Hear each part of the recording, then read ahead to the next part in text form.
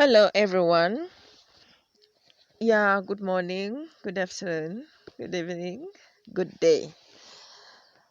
Muli mutya bassebo ne bannyabo nze Nnaalongo Nalubaale nze mbabuuzaako nga nsinzidde wano ku lusozi Kiwamirembe ebuga Basese mugyebaleko gyonna gye mutuusaako engalo bannaffe abatawaanyizibwa bannange tubasabira embeera mujja givvuunuka eyo saagala mulowooze nti ate era kijja kusigala bwe kityo nedda kimala ne kiggwa okay kimala ne kitereera muwulidde kimala ne kitereera so saagala obeeraawo weenyiwe ennyo ate olabe nga buli kimu kikutamye. Olwaleero tugenda kulaba endwadde eziva ku stress era nga mbeebaza mwebale ku subscribinga mwebale ku sharinga mwebale ku likinga. Kale bannaye ng'owuliriza akatambi kano nkusaba busabi mukwano ekigaalo ekyo kitunde waggulu kikooneko ekigambo ekyo ekiriko subscribe kikooneko n'ekidde ekyo kikooneko aho ojja kuba omaze okuwagira owulidde ojja kuba omaze okuwagira ekigenda mu maaso ne banno bagambeko nti Nnaalongo gy'ali eno asomesa bannange. Kale stress kye ki? Eno y'embeera eterabika naye nga yeeyolekera nnyo mu mbeera nnyingi kuba kutya okuyitiridde okuleetera omuntu okwennyamira n'okunyiikaala. Abalala bakiyita anxiety. Stress ereetera abantu entiisa oluvannyuma lw'ekikangabwa. Kwe ggamba oyinza okuba nga oyina ekikangabwa ky'otuuseeko naye ne kikkuba entiisa ekikangabwa ne kiggwaawo naye ate ggwe n'osigaza ki? Entiisa.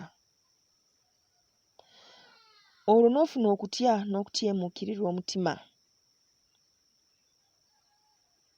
Stress ereeta obulwadde bw'ennyiike depression. Stress ensaamusaamu esindikiriza omuntu okukola wazira ate bw'eyitirira ereeta obulwadde bw'omutima obw'emisuwa okukwata ku ggamba muli munda nga emisuwa gyekutte. Ereeta okugugumuka emmeeme ne zeewanika hormones ne ziba nga tezikola bulungi. Okuzindibwa ebirowoozo ebya buli kika n'obeera awo nga gwe buli kiseera oba olina ky'olowooza kino ne kijja kino ne kijja kino ne kijja kino ne kijja ne weeraliikirira kino ne weeraliikirira kiri ne weeraliikirira kino ne weeraliikirira kiri. Kale ebirowoozo bino ne biba nga bya nkalakkalira ne bibaleetera okukola ebintu eby'enkalakkalira. Awo omuntu n'alyoka afuna nnakanyama, omutwe ne gutandika okumuluma, emmeeme, constipation, n'atandika okumira antibiotics, okulumwa ennyo mu lubuto, naddala ng'oli mu nsonga ng'obadde mukyala.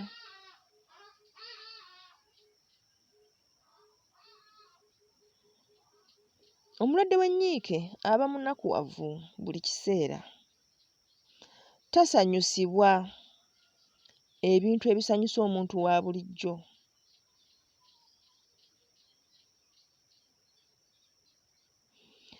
Aba teyeebaka bulungi era okwebaka kwe kuba kwa mbirigo.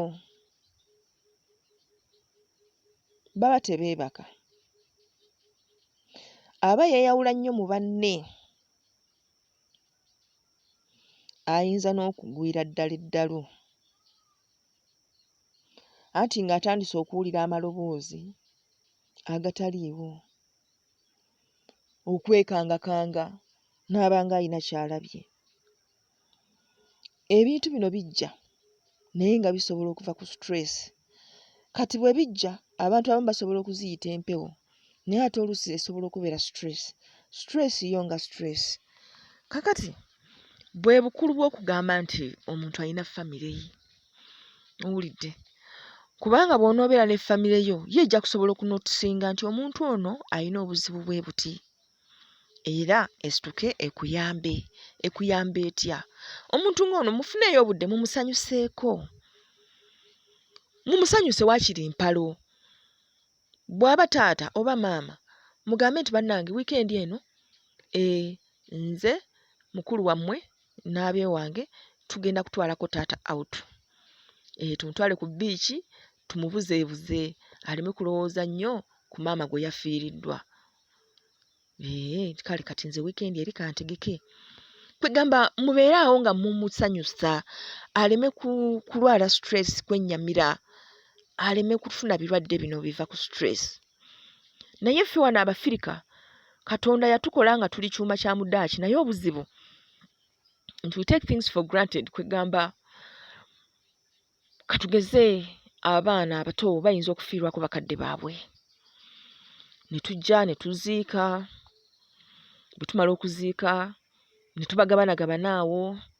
Kati ku kyokufiirwa bagaseeko ku kyokuwaawukana, ate bwe tuba tuteeyo gye tuba tutte, we assumed they are starting a very normal life thereafter.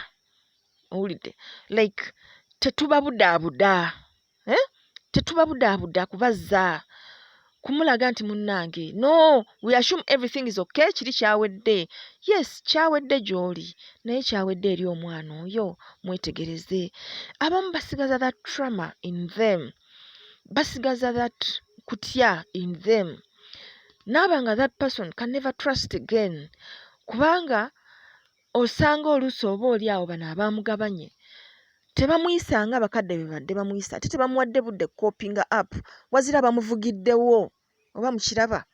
So bannange tutandika okubeera conscious eri ebyo bye tukola, kubanga osanga omuntu mu bukulu buno bw'ali naye nga yakugamba nze I've never been loved. Siberangako awo n'enjagalwa nga bwoga nti oba muzadde ayagala omwana. I don't know how that happens. Sikimanyi kubanga nze bakadde bange bafa ndi muto, so I didn't get to know them very well. Ate abankuza babeeranga awo bwe batyo. Kale kwegamba nga baagala abaana baabwe. Kale nze nga mpulira tebanjagala bulungi. Embeera ng'ezo zituleetera okukuza abantu mu society nga they are lacking. Kigamba kati ne bw'ojja nti omwagale aba akudawutinga, abagamba kati baliyo banza tebanjagala, kati maama gwandabye obukulu Guno njagala. Owulidde? Nomugamba naye nze nze ndi maama era nina plenty love wano, njagala kugikuwa. Owulidde mwana wange ow'obuwala? Come to mommy. Nga she's like, mami kati onjagala naye nkya tojja kunjagala. Why? I mean I love you. Why do you think ate ekya sijja kwagala? Just because yakyeplantingamu nti tayagalwa, abantu bonna bazabeeramu nga ne bwe baba bandimwagadde abagoba pushing away, like she's not ready to receive that love. Kati gwe ne bw'ojja nti oba oyagala kumuwasa, aba alabanga gwe omudyekadyeka agamba kati gwe ononjagala, oli teyanjagala, n'oli teyanjagala, kati gwe ononjagala, naye ng'ate gwe bambi omwagala. So we have to understand these people, tutandike okubaagala. Owulidde? These people are stressed. Tuleme kubakungiriza bukungiriza. We should find reasons. People, tutandike okubeera abantu abafaayo eri bannaffe. Bw'olaba munno yeeyawula nnyo ne bw'aba ku mulimu, find time yogerako naye. It helps. Yogerako naye mulage nti kijja kuggwa kyonna kye kiri, era mulage nti mu nsi muno eriyo abantu abali willing to offer a shoulder at least, okay? Yeah, to offer a shoulder. Bw'aba yeetaaga okukaabako akaabeko releasing some of these things. Kwegamba please people, tuddemu ak'obuntu, find some time. Kituufu oli mukambwe, oli boosi, oli ki, naye find time otunuulire abantu b'oli nabo, kubanga kikola bubi nnyo omuntu okuva mu ngalo zo ate n'atuuka mu mbeera ng'eno. Owulidde? Kiba kikufuula nga gwe gy'oli nti tofaayo, ate nga bambi ofaayo, obasasula bulungi, okitegedde, naye munnaye ekintu kisukkawo okusasula obulungi ne kigenda okuba nti ofaayo ne ku birala ebyokuba nti bali bulungi bonna b'okulembera, oye mukulembeze omulungi. Kale mu mbeera nga zino omuntu bw'owulira nga you're being taken up by such situations like stress, what should you do? Funayo olusirika, go for a retreat. Gende sese mu paradise, okay? Eno tulina ebifo bingi ebisirifu besides mine. siyinza kugamba nti buli muntu ajja kwagala okujja wano ewange kubanga nze abajja eno ewange abasinga obungi babeera attached eri obuwangwa, of course n'abatali attached eri obuwangwa eriyo nga tebaagala kubwesembereza nga bwe mumanyi abazzi b'emisango abeera awo ng'alowooza nti bw'aneesembereza obuwangwa bujja mmubaka ng'alinga agamba nti kati awo waali tebumulaba. But there are hotels, there are beaches, there are everything. So jangu osirikeko. Yeah, 3 days ng'osiriseeko oggyeko essimu. Wow, osirikeko owulire ng'obulamu life is good. Okay? Find reasons to love. Find reasons to move on. Okay? Lowooza Katonda wo and what you believe in. Ku bajjajjaabo balowoozeeko. Think of how great they are. Be grateful. Show some gratitude. Okay? Osiime, ogambe nti newankubadde kino na kino na kino kibaddewo but still I'm grateful. Kubanga bw'otunuulira abantu abo abataliiwo then n'otunuulira n'abaliwo abatali mu mbeera nga gwe gy'olimu, you will always have gratitude in you. You will always have reasons to be grateful mu nsi muno. Thousands and so. Kubanga if you compare yourself to others, ojja kwesanga nga waddeko. Okay? Yes, waddeko. Then tulinayo eddagala kati nga embutamu ekola nnyo ku nsonga nga zino, though bwe tuba tukozesa embutamu eno tetuteekeddwa kusukka mwezi gumu consecutively. We use it ne tugiwummuzaamu kubanga somehow it affects our DNA. Akatunda ka yellow, akamuli ka ssekajja, by'ebimu ku ddagala ebitereeza embeera eno. Exercises nnungi nnyo okutereeza omuntu ali mu mbeera ng'eno.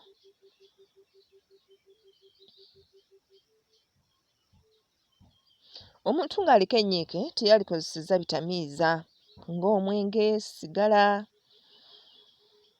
n'ebidagaladagala kubanga ate aba agenda kutabuka butabusi. Bwe guba mwenge olwo aba agenda kufuuka lujuuju oba mukitegeera. So kyalibadde kirungi ne mumwanguyira ne mumujjanjaba nga bukyali. Era naawe bw'oba owulira nga oli mu mbeera ng'eyo, ng'owulira obulamu butandise okukusindiikiriza okujja mu bantu, kyejjeemu gwe find ways okuddamu okuyingira mu bantu. Bayingiremu. Okay? Bayingiremu today, bayingiremu tomorrow, bayingiremu the other day. Gendako ewa Mariaki, sekako.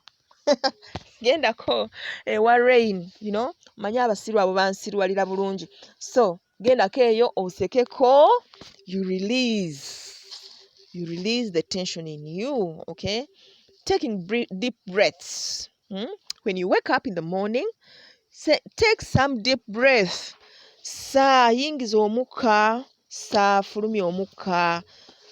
10 consecutive deep breath zisobola okurectifyinga obulamu bwo.